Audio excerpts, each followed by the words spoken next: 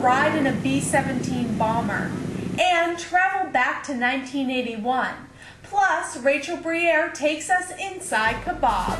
It's all ahead.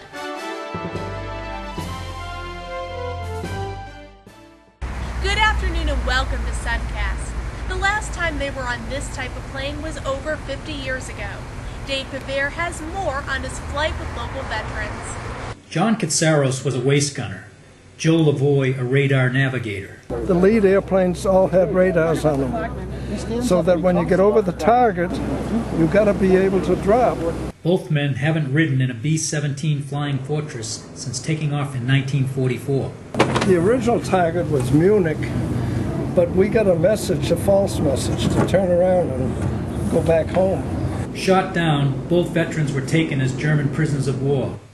Katsaros of Haverhill was later freed by the French resistance, Lavoie of Methuen by General Patton's Third Army. Katsaros wrote a book about his harrowing escape from the Gestapo, over the Pyrenees and into Spain. On Thursday, the veterans took a ride in a Flying Fortress at the Lawrence Airport. You go to the Smithsonian and you stand behind a velvet rope and you look at a B-17. Well, here we're going to crank it up, we're going to start, you're going to get oil on you, you're going to smell it, you're going to hear the rumble. Thursday's flight scratched the surface of their memories, offering a slight sense of what these men experienced. There was no pressurized cabin. The 10-man crew of a B-17 wore heated suits and oxygen masks. The temperature at 3,500 feet was 40 below.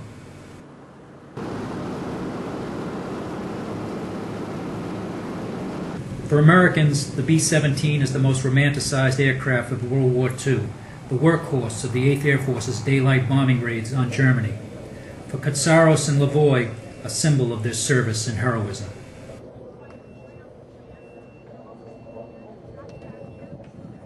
Up next, a taste of 1981. The year was 1981.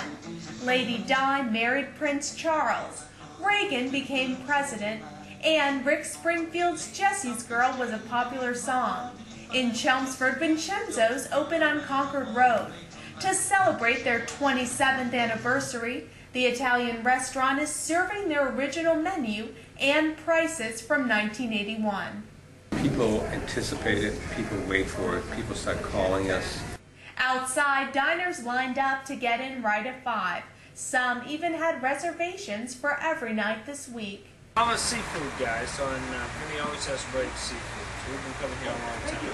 While the menu changed every night this week, Tuesday's guests could buy a plate of chicken marsala for $7.75, frutti di mare for $8.25, and a zuppa mussels appetizer for $4.25.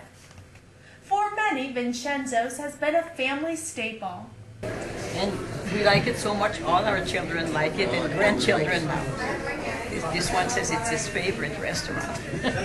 While the 1981 prices end this Saturday night, Vincenzo's is continuing their specials till the end of the summer, offering a 3-course dinner for 1 and a 3-course lunch for 2, both costing $19.81. Up next, Rachel Briere takes us inside an Indian oasis in Drum Hill.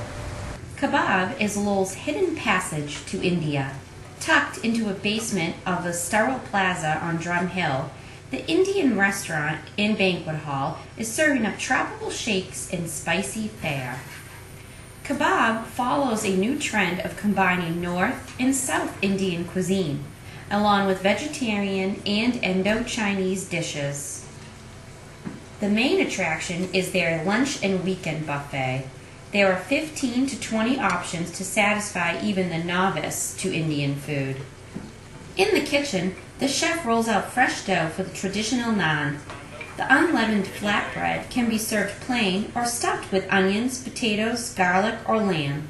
This bread is then cooked at 600 degrees in tandoor ovens, as are any of their many kebab entrees.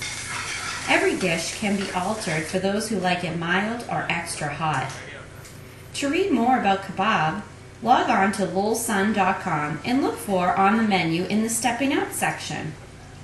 In Lowell for Suncast, I'm Rachel Briere. In this Sunday's newspaper, we talked to local farmers about how the rain has affected their growing season. Also, on Tuesday's Suncast, we taste a sample of some local homemade ice cream. Thank you so much for joining us. Have a great afternoon.